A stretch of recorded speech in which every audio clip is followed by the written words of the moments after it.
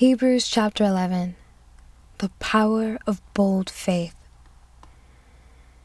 Now faith brings our hopes into reality and becomes the foundation needed to acquire the things we long for.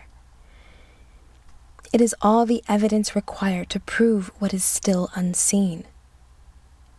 This testimony of faith is what previous generations were commended for. Faith empowers us to see that the universe was created and beautifully coordinated by the power of God's words. He spoke, and the invisible realm gave birth to all that is seen.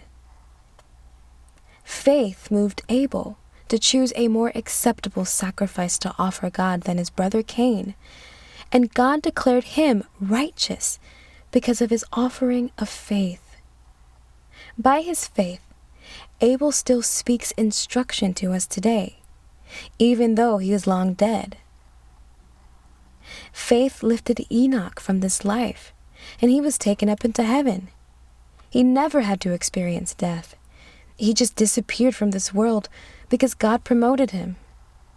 For before he was translated to the heavenly realm, his life had become a pleasure to God. And without faith living within us, it would be impossible to please God. For we come to God in faith, knowing that he is real, and that he rewards the faith of those who give all their passion and strength into seeking him.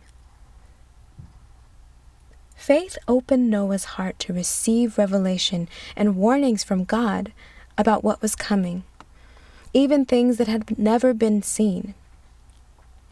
But he stepped out in reverent obedience to God and built an ark that would save him and his family. By his faith, the world was condemned. But Noah received God's gift of righteousness that comes by believing. Faith of the patriarchs. Faith motivated Abraham to obey God's call and leave the familiar to discover the territory he was destined to inherit from God. So he left with only a promise, and without even knowing ahead of time where he was going, Abraham stepped out in faith. He lived by faith as an immigrant in his promised land, as though it belonged to someone else. He journeyed through the land, living in tents with Isaac and Jacob, who were persuaded that they were also co-heirs of the same promise. His eyes of faith were set on this city with unshakable foundations, whose architect and builder is God himself. Sarah's faith embraced the miracle power to conceive, even though she was barren and was past the age of childbearing, for the authority of her faith rested in the one who made the promise, and she tapped into his faithfulness. In fact, so many children were subsequently fathered by this aged man of faith, one who was as good as dead, that he now has offspring as innumerable as the sands on the seashore and as the stars in the sky. These heroes all died still clinging to their faith, not even receiving all that had been promised to them. But they saw beyond the horizon the fulfillment of their promises and gladly embraced it from afar. They all lived their lives on earth as those who belonged to another realm. For clearly, those who live this way are longing for the appearing of a heavenly city.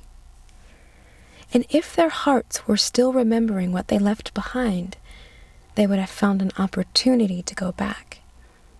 But they couldn't turn back, for their hearts were fixed on what was far greater, that is, the heavenly realm. So because of this, God was not ashamed in any way to be called their God, for he had prepared a heavenly city for them. Abraham, Isaac, and Jacob. Faith operated powerfully in Abraham, for when he was put to the test, he offered up Isaac. Even though he received God's promises of descendants, he was willing to offer up his only son. For God had promised, "Through your son, Isaac, your lineage will carry on your name." Abraham's faith made it logical to him that God could raise Isaac from the dead, and symbolically, that's exactly what happened. The power of faith prompted Isaac to impart a blessing to his sons, Jacob and Esau, concerning their prophetic destinies. Jacob worshiped in faith's reality at the end of his life, and leaning upon his staff, he imparted a prophetic blessing upon each of Joseph's sons. Faith inspired Joseph to open his eyes to see into the future. For he was dying. He prophesied about the exodus of Israel out of Egypt and gave instructions that his bones were to be taken from Egypt with him. Moses. Faith prompted the parents of Moses at his birth to hide him for 3 months because they realized their child was exceptional, and they refused to be afraid of the king's edict. Faith enabled Moses to choose God's will, for although he was raised as the son of Pharaoh's daughter, he refused to make that his identity, choosing instead to suffer mistreatment with the people of God. Moses preferred faith's certainty above the momentary enjoyment of sin's pleasures.